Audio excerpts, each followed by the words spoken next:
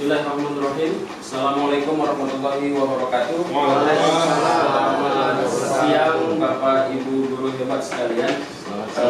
Bersyukur kita kepada Allah, kepada Tuhan Yang Maha Esa, kita diberikan kesehatan, kesempatan kita dapat berkumpul pada siang yang berbahagia ini dalam rangka mengikuti diseminasi saya, kegiatan saya pada hari ini. Saya sharing kepada Bapak Ibu apa yang sudah saya dapatkan di pendidikan guru penggerak angkatan 7 Kota Medan. Perkenalkan, nama saya Rizal Maulana, calon guru penggerak. Ibu, Bapak sekalian, masih belum guru penggerak, masih calon. Yang namanya calon berarti masih melakukan proses. Jadi prosesnya kadang ya seperti inilah. Jadi saya mengambil waktu Bapak Ibu, saya mohon maaf supaya apa yang saya dapatkan juga dapat bermanfaat bagi Bapak Ibu sekalian dan untuk sekolah kita yang tercinta ini. Jadi pada kesempatan kali ini saya akan menyampaikan tentang budaya positif di lingkungan sekolah kita. Izin kalau dalam penyampaian saya akan lebih banyak dulu karena kebetulan kaki kurang baik untuk berdiri terlalu lama. Kemarin latihan ada sedikit injury, ada cedera sedikit. Bapak Ibu sekalian, di sini ada pertanyaan pemantik, ya. Yang pertama, hukuman dapat mendisiplinkan anak. Kira-kira Bapak Ibu guru setuju atau tidak? Pak Askar setuju ya? Kenapa Pak? Alasannya Pak? Ya, biar bisa mereka lebih tahu apa yang salah yang mereka lakukan. Agar mereka tahu dampak dari apa yang mereka Dampak apa yang mereka lakukan. lakukan. Kalau Pak Asri, Ya, mungkin mirip juga dengan Pak Askar. Karena memang dalam hukuman itu diharapkan anak-anak bisa memahami dampak dari perbuatan mereka itu, perbuatan kesalahan yang mereka lakukan. berarti setuju Bapak ya? Baik, yang kedua, pemberian hukuman dengan hal positif seperti membaca dan membersihkan halaman sekolah dapat meningkatkan disiplin peserta didik. Apakah Ibu ON? Ya, setuju Pak. Setuju ya Bu ya? Ya. Kemudian memberi penghargaan dapat meningkatkan motivasi belajar. Betul. Apakah Bapak Ibu setuju? Setuju, Pak. Setuju ya? Ya, semua jawabannya ada setelah pertanyaan pemantik ini. Jadi saya tidak dapat membenarkan atau menyalahkan karena ini adalah diagnosa awal seperti apa yang sudah kita alami bersama selama ini ketika mengajar peserta didik di sekolah kita. Baik.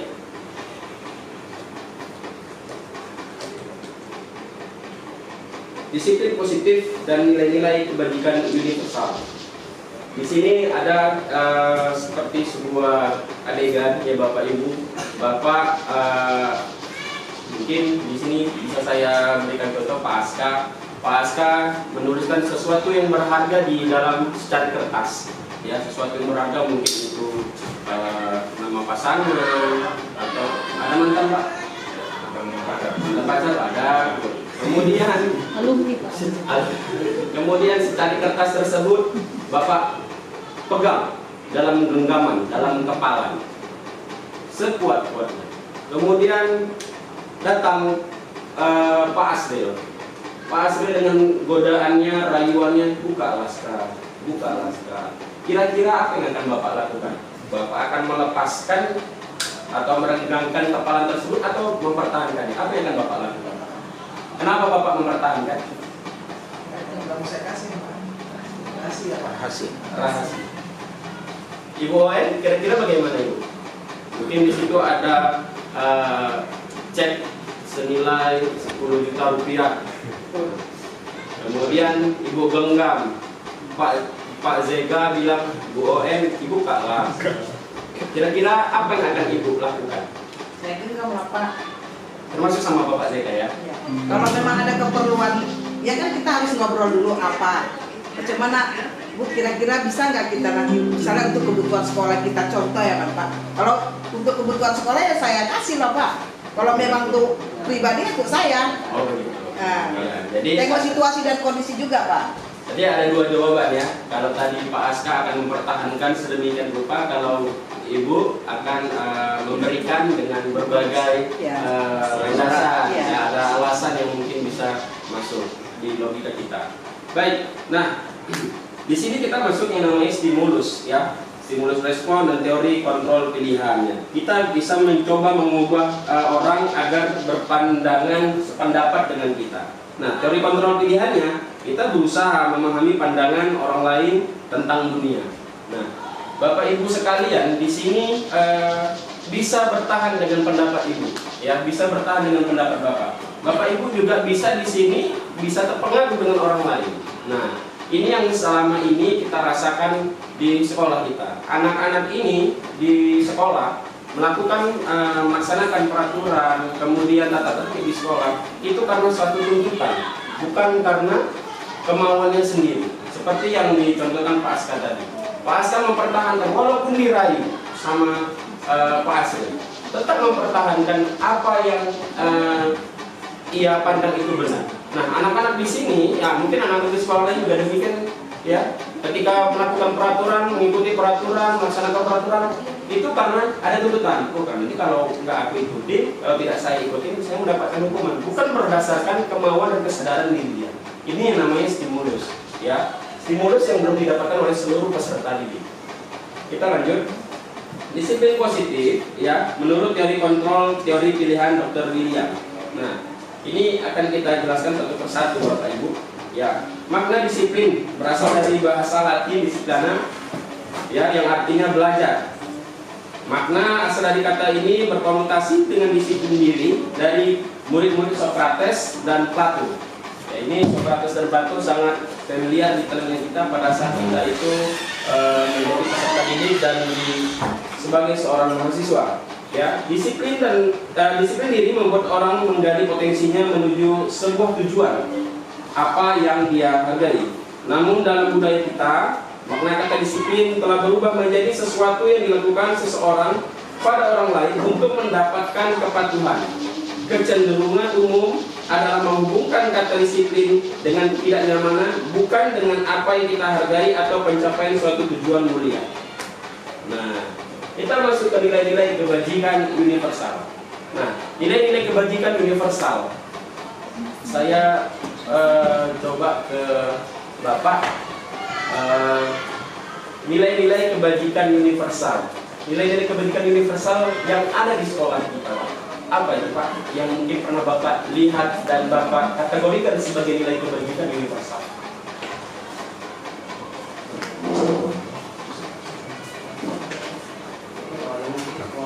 Ya, gotong royong, nilai kebajikan. Nilai kebajikan itu perlu kita pahami adalah nilai positif, ya, secara umum, universal, secara menyeluruh. Nah, kita sudah menekankan bahwasanya sekarang menggalakkan profil pelajar Pancasila. Nah, profil pelajar Pancasila ya diantaranya adalah nilai-nilai yang terkandung di dalamnya adalah mandiri, ya, beriman, mandiri, bertanggung jawab. Nah, itu adalah nilai-nilai kebajikan universal. Nah, ini yang sedang kita lakukan prosesnya, menanamkan nilai-nilai tersebut supaya peserta didik ini dapat melaksanakan dengan seutuhnya dan sepenuhnya. Tidak hanya di lingkungan sekolah, tapi ketika juga di luar lingkungan sekolah. Nah, ini maksud tujuan dari nilai kebajikan universal. Beriman, ya Bapak Ibu sekalian kan, sesuai dengan agama dan kepercayaannya masing-masing. Kemudian mandiri, artinya mandiri adalah bagaimana dia bisa membawa dirinya dalam perubahan ketika dia berangkat pagi dari sekolah, kemudian di sekolah itu adalah bagian dari kemandirian peserta didik. Kemudian bernalar kritis, ya, dia akan membantah ketika menurut dia itu adalah salah. Dia akan merevisi ketika yang ia pandang itu adalah salah. Itu namanya bernalar kritis. Kemudian kita masuk ke kebinekaan global. Ya, kita tahu sendiri Indonesia, ya, banyak suku, banyak ras. Terlebih di sekolah kita juga sekolah nasional, ya, ada berbagai budaya. Nah, di sini dituntut untuk bagaimana peserta didik dapat memiliki sikap nilai berkebinekaan global. Kemudian bergotong royong. Bergotong royong artinya adalah peserta didik dapat bekerja sama dengan peserta didik lainnya maupun tenaga pendidik, ya, dalam rangka mencapai visi misi sekolah. Dan yang terakhir adalah kreatif. Dituntut Bapak Ibu sekalian pada saat sekarang ini adalah peserta didik yang kreatif. Kenapa dituntut? Zaman semakin berkembang. Dulu kita menjelaskan, kita pakai papan tulis, ya, pakai whiteboard, pakai spidol. Ya, dulunya pakai kapur tulis, kemudian ke whiteboard, pakai spidol. Sekarang ya seperti Bapak lihat sekarang, ya kita sudah pakai proyektor, sudah pakai laptop, itu namanya kreatif. Nah, yang seperti ini bentuk kreatif seperti apa lagi? Ya, membuat media pembelajaran. Anak-anak juga bisa memunculkan potensi dirinya di kreativitas peserta didik dalam melakukan pembelajaran. Kita lanjut Bapak Ibu.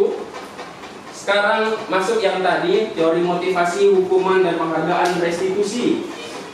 Ya, teori motivasi perilaku manusia. Untuk menghindari ketidaknyamanan hukuman. Ya, apa yang akan terjadi apabila saya tidak melakukannya? Ini motivasi eksternal. Jadi ada motivasi eksternal, ada motivasi internal. Ya, ada eksternal, ada internal. Yang kedua, untuk mendapatkan imbalan dari orang lain. Apa yang akan saya dapatkan apabila saya melakukannya? Ini yang seperti yang tadi saya sampaikan. Nah, kalau saya ini mengerjakan tugas, aku dapat nilai berapa ya?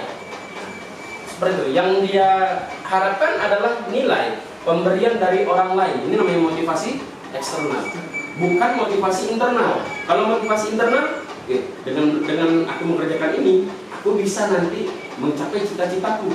Aku bisa membekali diriku untuk menggapai cita-citaku. Itu namanya motivasi internal. Tapi kalau motivasi eksternal seperti yang ini, yang contoh yang ada di slide ini Bapak Ibu. Kemudian untuk menghargai diri sendiri, saya akan menjadi orang yang seperti apa bila saya melakukannya. Nah, ini motivasi internal. Tujuan dari disiplin positif. Ya, kita lanjut Bapak Ibu. Nah, Bapak Ibu tahu ini gambarnya siapa? Ki Hajar Dewantara. Ya, Bapak Ki Hajar Dewantara yang berpedoman bahwasanya pendidikan itu adalah berpusat kepada peserta didik. Sudah lama Bapak kita ini Ki Hajar Dewantara wafat. Tapi kenapa baru sekarang metode dia baru kita terapkan? Itu adalah tanda tanya. Sudah sekian lama kurikulum berganti terus ya.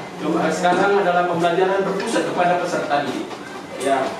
Kata Ki Hajar Dewantara, merdeka itu artinya tidak hanya terlepas dari perintah, akan tetapi juga cakap buat memerintah diri sendiri. Nah, kalau kita biasanya merdeka, kita instruksikan orang lain, tapi sementara diri kita tidak merdeka. Nah, ini adalah seharusnya memaksakan diri sendiri supaya bisa lebih baik ke depannya. Ini maksud dari Bapak Ki Hajar Dewantara. Kita lanjut.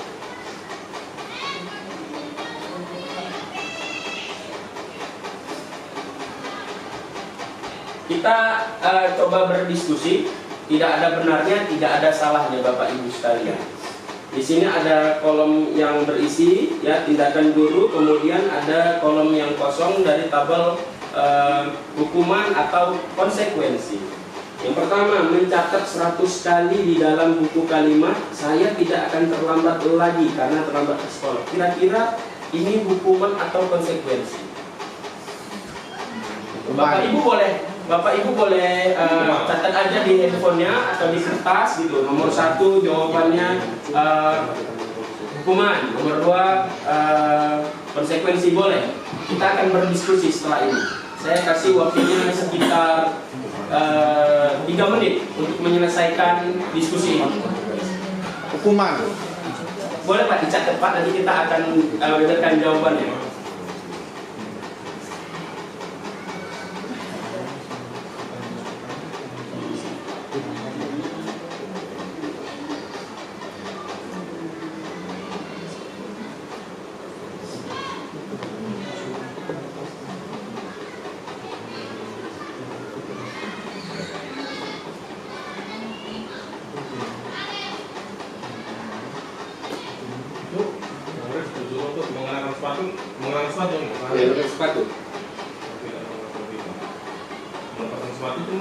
Murid disuruh untuk mengenakan sepatu sehari di sekolah. Murid disuruh untuk tidak mengenakan sepatu. Tidak mengenakan. Jadi tidak mengenakan sepatu karena dia tidak memakai sepatu hitam. Baik, mungkin bisa disimpan jawabannya Bapak Ibu.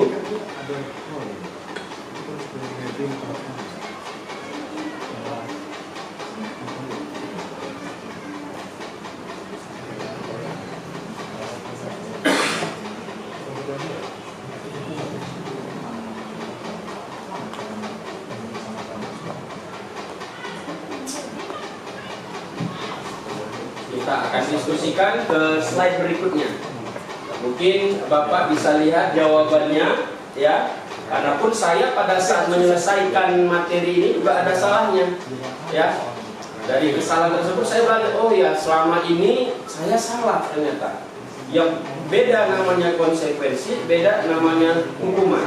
Kalau namanya hukuman, maka tidak ada sisi positif yang didapatkan oleh peserta didik itu. Namun kalau konsekuensi, peserta didik dapat mengambil sisi positif. Oh iya, kesadaran diri sendiri. Itu maksudnya. Ini jawabannya Bapak Ibu, ya. Mencatat 100 kali di dalam buku kalimat saya tidak akan terlambat lagi karena terlambat ke sekolah. Itu adalah sebuah hukuman. Dia dihukum. Artinya apa? Ya waktunya tersita hanya untuk menyelesaikan itu. Manfaatnya tidak ada. Karena apa? Tidak bisa merubah keterlambatan dia ke sekolah seperti itu. Kemudian lari mengelilingi lapangan basket 2 kali karena terlambat hadir. Ini paling sering Bapak Ibu. Saya beberapa kali ngajar di sekolah, ya di beberapa sekolah kalau terlambat siswa masih pagi, kondisinya mau menerima pelajaran, disuruh muter lapangan. Nah, sudah lelah, kemudian anak-anak peserta didik ketinggalan, nggak masuk pembelajaran. Akhirnya rugi, ya tidak menerima materi pembelajaran pada hari itu. Kemudian yang ketiga, nah murid diminta untuk push up 15 kali, ya karena tidak menggunakan masker ke sekolah. Nah, ini hukuman Bapak Ibu ya, karena tidak ada nilai positif yang ia terima. Berikutnya, menggantikan kertas tugas teman yang telah dicoret-coret. Nah, ini konsekuensi. Kenapa dikatakan konsekuensi? Karena dia berusaha memperbaiki. Dia menggantikan kertas yang sudah dicoretnya tadi. Nah, ini namanya konsekuensi. Kemudian, membersihkan tumpahan air di meja tulis karena tersenggol pada saat belajar. Ini konsekuensi. Dia belajar untuk bertanggung jawab atas tindakan yang ia lakukan. Berikutnya, murid disuruh untuk tidak mengenakan sepatu seharian di sekolah karena tidak mengenakan sepatu hitam. Ya, ini adalah bentuk hukuman. Kenapa dikatakan bentuk hukuman, Bapak Ibu? Ada yang bisa? Pak Asril mungkin? Karena sebenarnya nggak ada apa ya, perbaikannya enggak. Cuman ya mau hukuman sih yang efek jerah.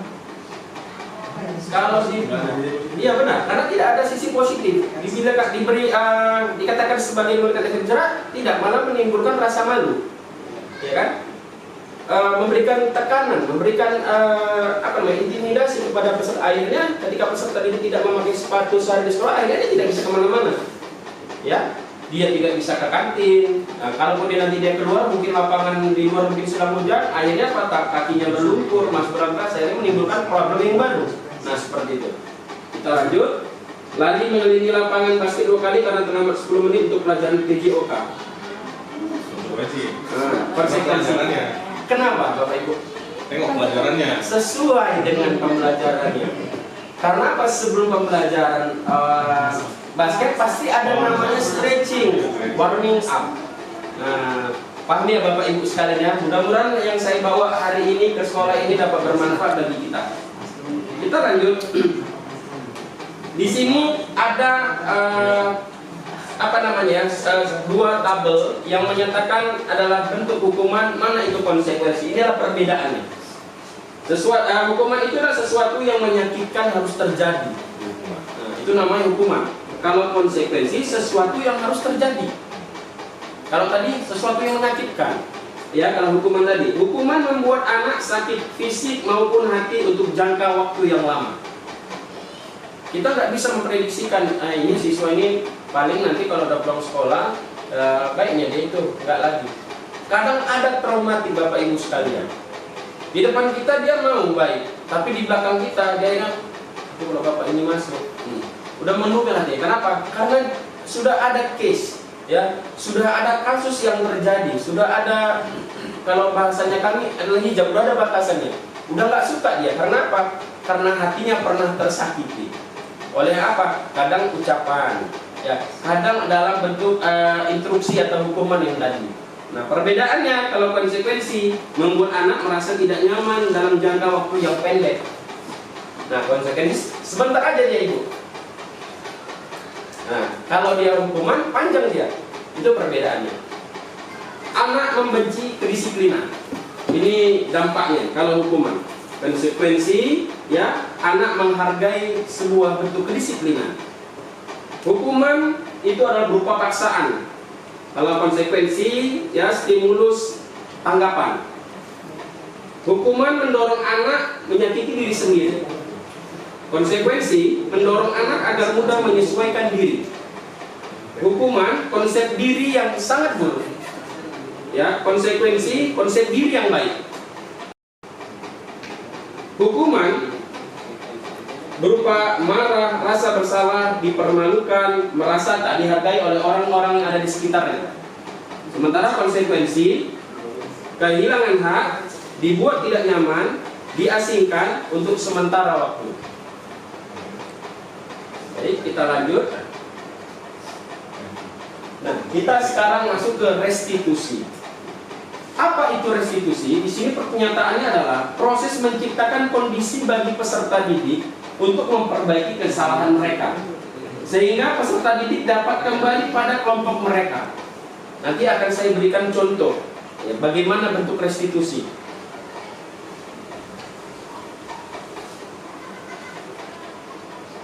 Kita masuk dulu keyakinan kelas, karena restitusi nanti ada video terakhir.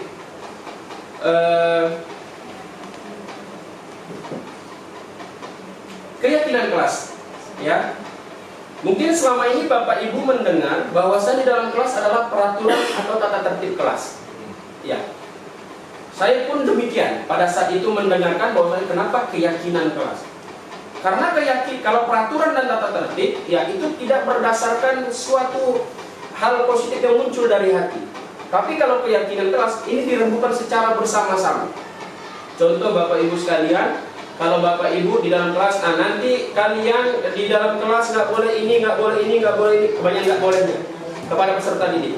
Tapi belum tentu bisa diterima oleh seluruh peserta didik. Nah, itu perbedaannya. Nah, kalau keyakinan kelas, nah anak-anak sekalian, kita akan membuat sebuah keyakinan kelas, yang dimana keyakinan kelas ini kita menganggap dengan keyakinan kelas ini dapat membuat kedisiplinan di dalam kelas, dapat membuat pengaruh positif pada diri kalian di dalam kelas maupun di luar kelas. Nah, itu kalau keyakinan kelas. Nah, seperti itu. Jadi contoh prakteknya keyakinan kelas, peserta didik mereka membuat sebuah poin, ya kami tidak mungkin, salah satu contohnya, saya tidak akan terlambat, ya saya tidak akan makan di dalam kelas, saya akan membuang sampah di tempatnya, seperti itu. Nah, dikumpulkan oleh wali kelasnya atau gurunya, kemudian dirumuskan bersama-sama. Jadi keyakinan kelas adalah sebuah aturan di mana aturan tersebut dirumuskan secara bersama-sama, bukan perorangan. Nah, selama ini kan tidak Bapak Ibu ya. Ya, pokoknya kalau terlambat ini hukumannya. Kalau tidak mengerjakan PR, berdiri di atas kursi. Ya, kalau misalnya nggak pakai sepatu hitam, ya nanti sepatunya digantung di sini di leher, seperti itu. Itu kan adalah aturan yang dibuat oleh perorangan. Ya, dibuat perorangan bukan berdasarkan kesepakatan kelas. Ya, keyakinan kelas. Nah, ini perbedaan peraturan dan keyakinan kelas.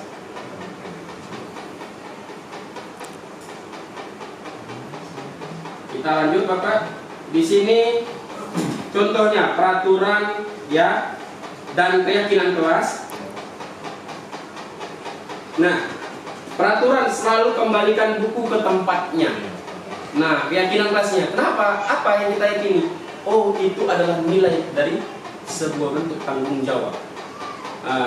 Kemudian dilarang mengganggu orang lain. Berarti apa? Keyakinan kelasnya menghormati orang lain. Nah, di sini banyak contohnya. Hadir di sekolah 15 menit sebelum pembelajaran dimulai. Menghormati orang lain, berkomitmen. Artinya apa? Keyakinan kelas menghormati orang lain pada saat hadir di sekolah 15 menit sebelum bel berbunyi. Artinya peserta didik menghargai orang lain, menghargai gurunya, menghargai peserta didik lainnya yang sudah datang duluan. Ketika dia datangnya terlambat, berarti dia tidak menghargai orang yang sudah datang lebih awal. Nah, itu dia maksudnya Bapak Ibu. Kemudian dilarang melakukan kekerasan. Artinya apa? keyakinan kelasnya adalah menjaga keselamatan orang-orang yang ada di sekitarnya. Kemudian dilarang menggunakan narkoba. Apa yang kita pahami dari keyakinan kelasnya? Adalah bentuk kesehatan. Nah, ada manfaat bagi dia dan orang-orang lain yang ada di sekitarnya. Kemudian bergantian atau menunggu giliran. Artinya keyakinan kelasnya adalah menghormati orang lain. Dididik untuk lebih sabar, ya. Namanya juga ngantri, kan ada itu peserta didik yang nggak sabar nerobos saja kalau misalnya lagi bayar di kantin. Ya, pernah saya pun waktu SMP ketika saya jadi peserta didik, teman nggak mau ngantri, bahasanya nembak. Udah ngantri, udah nggak mau ngantri nembak, itu ada. Ya, mungkin di beberapa sekolah ada, mudah-mudahan sekolah kita nggak ada Bapak Ibu. Ya, kemudian menggunakan masker. Ya, ini adalah tanda keyakinan kelas adalah kesehatan dan keselamatan. Keselamatan untuk diri dia sendiri dan keselamatan untuk orang-orang di sekitarnya. Dan yang terakhir, jangan berlari di kelas atau koridor. Nah, ini adalah bentuk keselamatan. Keselamatan untuk siapa? Diri dia sendiri. Ya. Jadi bentuk keyakinan kelas ini adalah merupakan pribadi dulu nih. Dari diri sendiri dulu. Supaya apa? Supaya tidak merugikan oleh yang orang-orang di sekitarnya, orang-orang lain yang ada di sekitarnya. Kemudian kita masuk kepada kebutuhan dasar manusia. Ya, Bapak Ibu, ini kebutuhan dasar manusia, ya, yang seluruh manusia butuh akan hal ini. Yang pertama, rasa kasih sayang dan ingin diterima. Kalau Bapak Ibu pengen kan disayang sama Pak Zega kan, diperhatikan sama Pak Zega, pengen diterima. Saya ketika masuk di sini, aduh, saya di sini belum buat apa-apa, sudah diterima oleh Bapak dengan baik, diterima oleh Bapak Ibu guru yang mungkin belum mengenal saya sejauh mana. Ini adalah kebutuhan saya. Bapak Ibu pun juga demikian. Ya, baik di dalam kelas, baik itu di rumah maupun di luar. Ya. Kemudian penguasaan.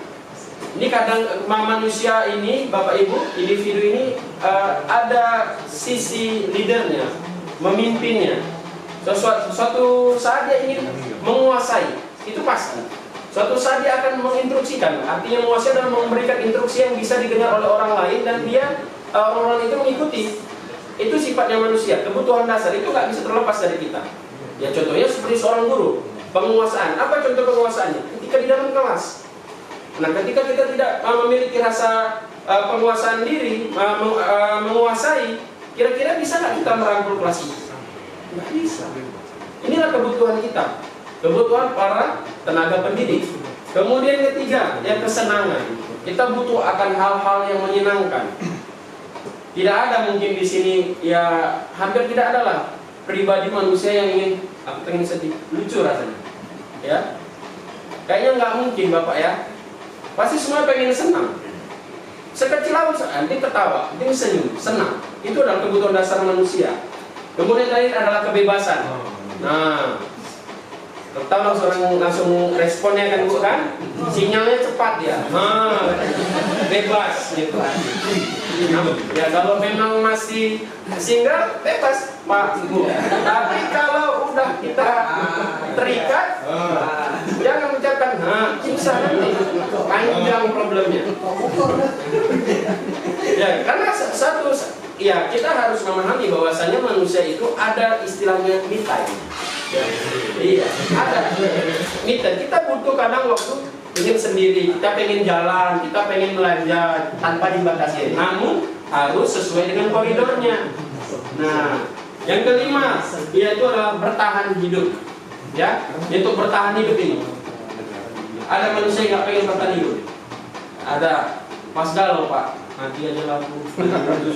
Awak pacaran sama dia, nikah di orang, pengen mati aja lampu. Nanti dapat yang cantik baru. Oh iya, ada pula ibadah ya. Inilah manusia. Ya, inilah kebutuhan dasar manusia yang nggak bisa terlepas dari kita. Kalau kita masih manusia, Bapak Ibu. Ya. Kita lanjut 5 posisi kontrol. Nah, di sini 5 posisi kontrol kita sebagai seorang tenaga pendidik. Ya, ada kalanya kita sebagai penghukum. Saya pun juga dulu demikian. Artinya apa penghukum? Setiap peserta didik salah, melakukan sebuah kesalahan, kita langsung hukum. terlambat masuk ke dalam kelas. Kemana kamu? Ya Pak, tadi jajan. Oh, lambat jajan. Udah, taruh makananmu di sini. Makannya taruh di meja guru, anaknya disuruh dulu. Sementara anaknya lapar. Ya.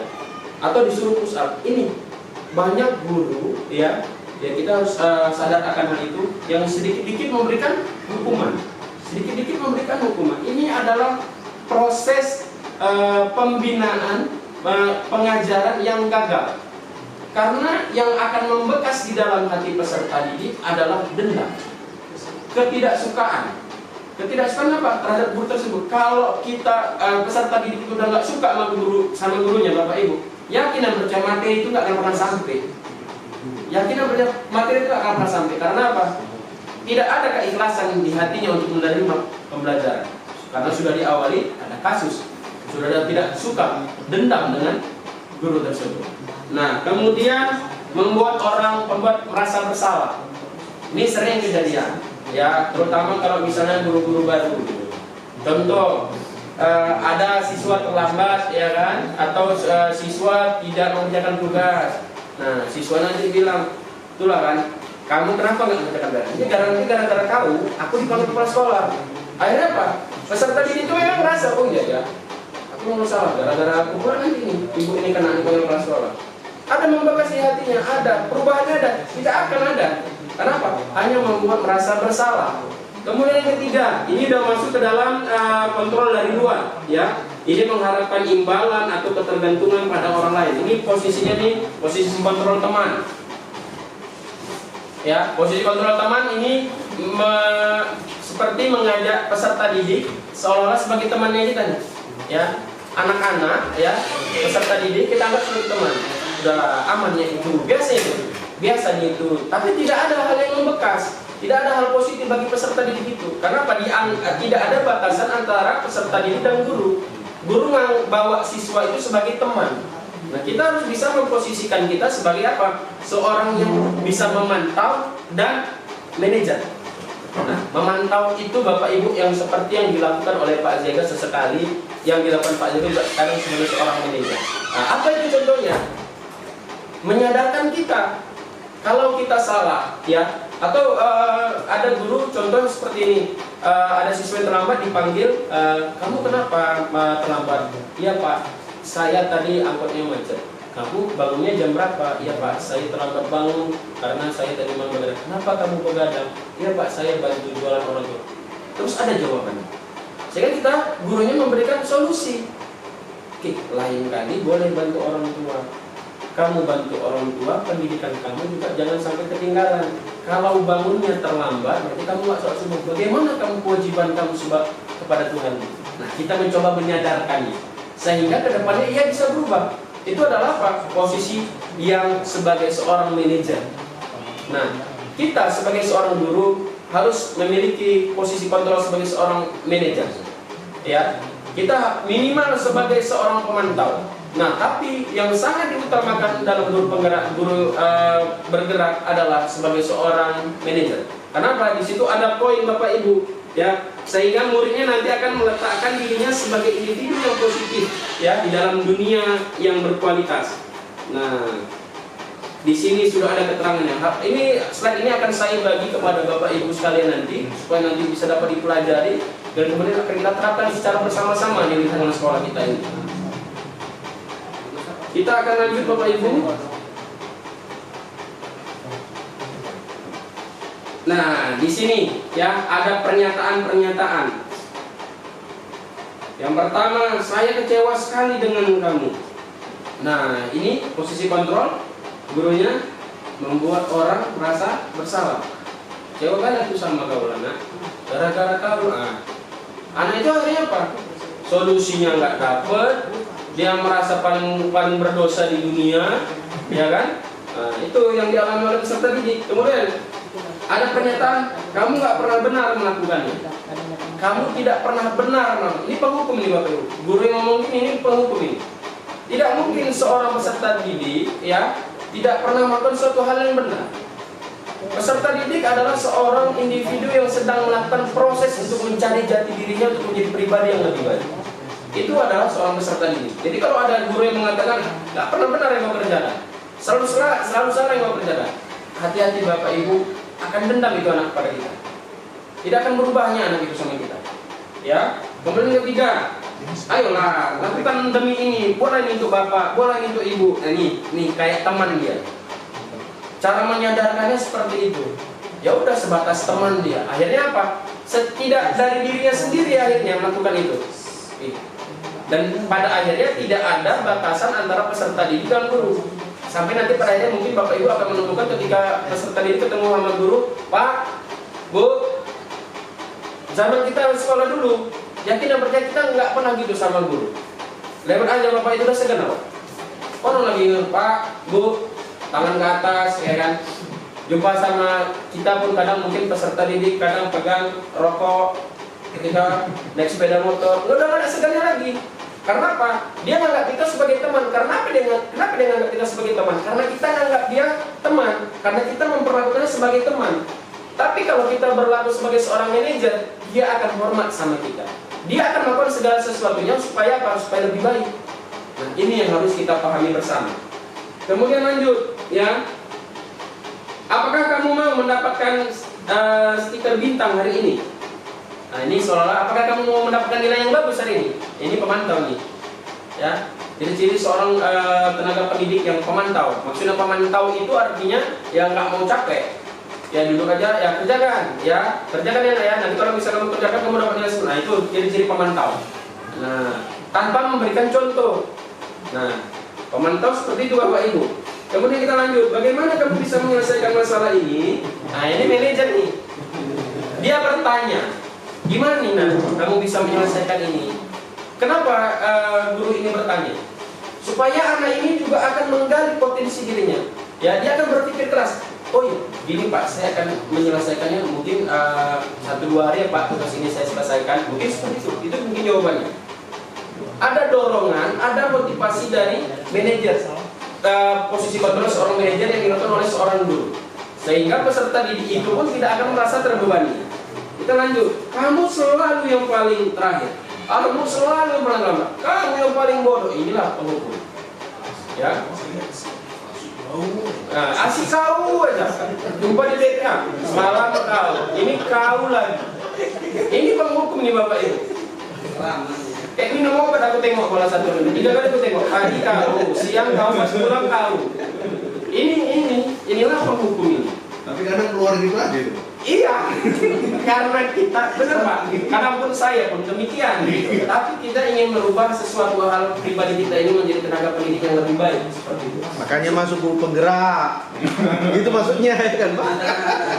Ya, karena saya benar banyak belajar dari guru penggerak. Saya mawas diri, akhirnya selama ini apa yang aku kerjakan, selama ini aku ajarkan Salah rupanya. Enggak salah Pak, kalau salah Ya, banyak yang nggak pas. Banyak yang nggak pas Pak. Ya, Bapak Ibu banyak yang nggak pas. Kenapa? Saya baru sadar, oh begini. Guru penggerak itu dituntut itu sebagai orang yang dapat menggerakkan lingkungan sekitarnya untuk menjadi pribadi yang lebih positif. Jadi sebagai saya yang saya lakukan sekarang ini saya mau mengajak Bapak Ibu. Ini yang saya lakukan adalah sebuah proses. Proses itu nggak ada yang instan. Yang instan itu hanya mie instan sama susu. Dan itu pun reklamnya bohong, banyak palsu dia Pak. Nggak ada namanya Indomie mie instan itu langsung makan Pak. Dimasak tuh bisa pas dimasak kan nggak mungkin lagi mendidih langsung kita tenggak kan, mati Pak. Ya kan? Nah, seperti itu. Jadi nggak ada yang instan itu tidak ada. Ini proses. Yang saya lakukan pada saat ini kepada Bapak Ibu sekalian adalah sebuah proses. Supaya apa? Kita bisa menjadi pribadi guru yang lebih baik, menjadi betul-betul teladan bagi peserta didik. Karena peserta didik akan lihat gurunya. Peserta didik itu adalah cerminan gurunya. Kalau gurunya itu penghukum ya, anak-anak itu juga bakal seperti itu nanti jadi. Tapi kalau gurunya ini baik, yakin Pak, Bapak anak-anak kita bakal baik. Dengan catatan apa? Memang capek menjadi seorang pengajar yang baik. Jadi seorang guru yang baik itu, jadi guru penggerak itu adalah satu hal yang sangat melelahkan. Karena kita harus terjun ke lapangan. Kita tidak hanya menjelaskan kepada peserta didik, tapi kita juga harus menjelaskan kepada rekan sejawat. Kita harus juga mengubah pola pikir yang ada sebelumnya. Ini yang sedang saya lakukan kepada Bapak Ibu sekalian. Semoga ya kiranya dapat diterima. Ya, walaupun mungkin ada penolakan yang mungkin bisa menjadi cermatan bersama. Ada hal positif yang akan berdampak bagi sekolah ini. Mungkin pada saat ini peserta didik kita sekian gitu, 25% atau 50%. Setelahnya nanti mungkin adanya banyaknya guru penggerak di sini, saya yakin dan percaya mungkin bisa 100%. Yang lain-lain sekolahnya lebih banyak di sini nantinya peserta didiknya. Kenapa? Ada satu hal yang sangat positif di sekolah ini. Ini yang akan kita munculkan. Ini yang akan kita jual. Kalau kita tidak bisa menyeberangkan peserta didik kita mungkin di luar negeri seperti sekolah-sekolah lain, kita bisa memberikan sekolah ini adalah sebagai tempat yang nyaman. Tempat yang nyaman untuk belajar, tempat yang nyaman untuk berinteraksi, tempat yang nyaman untuk bercerita. Terkadang enggak, peserta didik itu masuk ke sini udah karena nggak ada pilihan lain, Bapak, ya kan? Udah karena nggak ada sekolah negeri yang menerima, ya masuk sekolah sini. Kita ingin mengabaikan hal itu. Kita ingin buang pendapat-pendapat yang demikian. Kita ingin sekolah kita ini menjadi salah satu tolak ukur keberhasilan sekolah di Kota Medan. Itu bisa kita lakukan bukan karena 1-2 orang, tapi kerjasama. Itu teamwork, ya, yang harus dimiliki oleh seluruh peserta didik yang ada di sini. Ya, jadi peserta guru yang datang ke sini itu tidak hanya datang, ngajar, pulang. Tidak seperti itu, tapi apa? Datang, ya, mengajar, memberikan dampak positif. Memberikan dampak positif tidak hanya kepada peserta didik, tapi apa? Kepada rekan sejawat, lingkungan, alam sekitar. Itu adalah hal yang positif. Itu Bapak sekalian. Kita lanjut. Ini segitiga restitusi, ya. Segitiga restitusi, ya, ini adalah sebuah proses di mana untuk menyelesaikan sebuah problem yang dialami oleh peserta didik. Kita lanjut Bapak Ibu. Masih dulu. Dekat dulu. Jeda. Lampu. Masih dulu. Baik, Bapak Ibu, kita masuk ke materi yang segitiga restitusi.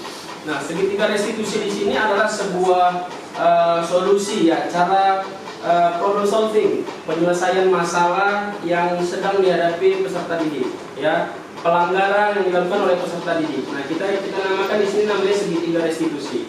Nah, segitiga restitusi ini ada 3 tahapan. Yang pertama adalah menstabilkan identitas. Ya, menstabilkan identitas itu bisa dengan bentuk-bentuk pertanyaan. Nah, setiap orang pasti pernah melakukan kesalahan. Kamu bukan satu-satunya yang melakukan kesalahan itu. Ya. Kemudian ada masuk pada penyelesaian validasi kebutuhan. Ya, bentuk pertanyaannya mungkin kamu tentu punya alasan mengapa melakukan hal tersebut. Kenapa kamu melakukan pelanggaran demikian? Ya. Ada nggak cara yang lebih efektif untuk mendapatkan apa yang kamu butuhkan? Ini bentuk pertanyaannya, ya. Kemudian yang ketiga, nilai-nilai apa yang harus kita sepakati? Ini berarti tentang menanyakan keyakinan. Kita balik ke materi keyakinan kelas yang tadi Bapak Ibu, ya. Ketika ada permasalahan yang terjadi, ya, kita tidak langsung yang namanya memberikan sanksi, ya, atau hukuman, tapi ini namanya segitiga restitusi. Saya akan berikan contoh sebuah video.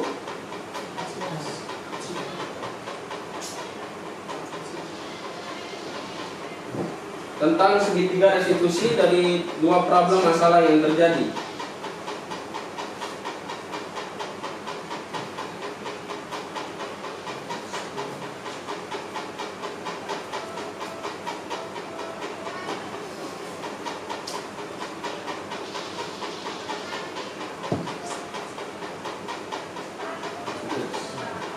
Ya, restitusi proses menciptakan, ya, bagi peserta didik untuk memperbaiki kesalahan mereka, sehingga nantinya peserta didik dapat dapat kembali kepada kelompoknya. Jadi setelah kita perbaiki, kita berikan restitusi, kita akan kembalikan dia kepada kelompoknya atau kelasnya.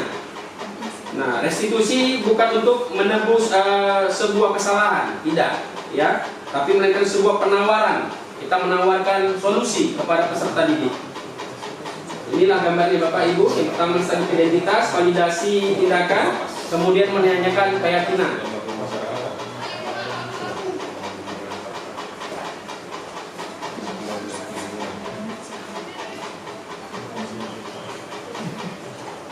Nah, di sini ada praktik penerapan segitiga restitusi. Kasus yang pertama, Khalid ini seorang peserta didik di kelas 7 di MTS Hidayatullah, sudah menjadi kewajiban sebagai seorang santri, ya, untuk memakai peci sebagai identitas santri laki-laki. Namun pada hari Senin saat masuk kelas, si Khalid nggak pakai peci. Ternyata Khalid lupa pakai peci dan tertinggal di kamar asramanya. Nah, ini videonya.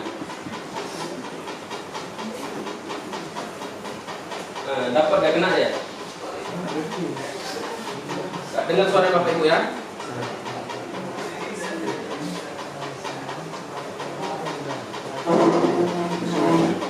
Nah, jadi ketika Bapak Guru ini, ya, saya lah di jalan ini, ya, mendapatkan peserta didik yang demikian, saya bertanya dulu, ada penampilan yang berbeda nih nak hari ini dari teman-teman yang lain. Pecinya kemana? Ternyata dia menjawab, pecinya tinggal di asrama. Nah, terus saya bilang, ya saya sampaikan, oh ya udah nggak apa-apa. Itu nggak menjadi sebuah masalah karena sebelum kamu pun banyak juga peserta didik, banyak juga santri yang pecinya ketinggalan, dan ini bukan pertama kalinya kesalahan ini dilakukan. Nah, kemudian saya akan bertanya sama si Tolib. Tadi yang namanya adalah saya menenangkan, ya, menstabilkan identitas, ya. Contoh yang tadi Pak, ya, ada menstabilkan identitas. Kemudian ini saya akan langkah berikutnya akan saya berikan pemahaman. Akan bertanya, kamu tahu nggak keyakinan apa yang sudah kamu langgar? Keyakinan kelas mana? Yang seperti kita disepakati tadi Bapak Ibu, keyakinan kelas. Ya. Keyakinan kelas mana yang sudah kamu langgar? Dan dia menjawab, iya Pak, saya tidak memakai peci. Nah, setelah dia sadar, ya, dia sudah melanggar keyakinan kelas yang sudah kita sepakati, saya akan bertanya lagi kepada beliau, ya, kepada peserta didik, apa yang akan kamu lakukan nak supaya kedepannya kesalahan ini nggak terjadi lagi? Nah, dia menjawab, saya tidak akan terlambat ke dalam kelas Pak, karena saya terlambat dalam kelas lah, akhirnya saya buru-buru, akhirnya peci ketinggalan. Artinya saya akan lebih disiplin waktunya, disiplin kepada jam masuk ke dalam kelas, disiplin pada saat sarapan pagi, karena akan berturut ke belakang itu Bapak Ibu sekalian. Ya, perkara peci akan berturut ke belakang. Kenapa pecinya ketinggalan? Karena terlambat. Kenapa dia terlambat? Karena buru-buru. Kenapa buru-buru? Makannya terlambat. Kenapa makannya terlambat? Mandinya terlambat. Kenapa mandinya terlambat? Ya, sholat subuh terlambat. Kenapa sholat subuh terlambat? Karena bangunnya terlambat. Kenapa bisa bangunnya terlambat? Ya karena malamnya lama tidurnya. Nah, akan berdampak kepada yang atas. Sehingga kita akan mencoba mengupayakan supaya peserta didik ini sadar akan kekeliruannya, kesalahannya, dan berusaha untuk tidak mengulangi. Berusaha tidak mengulangi kesalahannya dengan cara disiplin waktu dari atas sampai dengan bawah.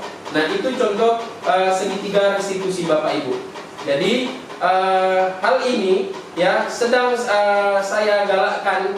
Kebetulan di sini juga kemarin saya ngajar di kelas 7, 8 dan 9 untuk SMP, materi tahfidz. Saya mencoba keyakinan kelas Bapak Ibu. Ya, keyakinan kelas ini saya galakkan. Ya, kita akan menjalankan kontrak belajar, ya, sesuai dengan yang kita sepakati. Ketika apa yang sudah kita sepakati kamu tidak menjalankan, maka mohon maaf, ya, kamu nantinya akan kita evaluasi. Ya Pak, kita akan buat keyakinan kelas. Nah, akhirnya kita buatlah aturan-aturan itu. Datang ke dalam kelas, ya, itu tepat pada waktunya. Kalau memang kondisinya lagi makan, bawa aja makanannya ke dalam kelas. Saya bilang seperti itu. Yang perempuan tutup auratnya. Yang sebelum masuk ke dalam kelas silahkan berwudu. Kenapa? Programnya adalah tahfizul Quran, tahsinul Quran, yang kita baca adalah kitab suci, maka kita harus bersuci dalam keadaan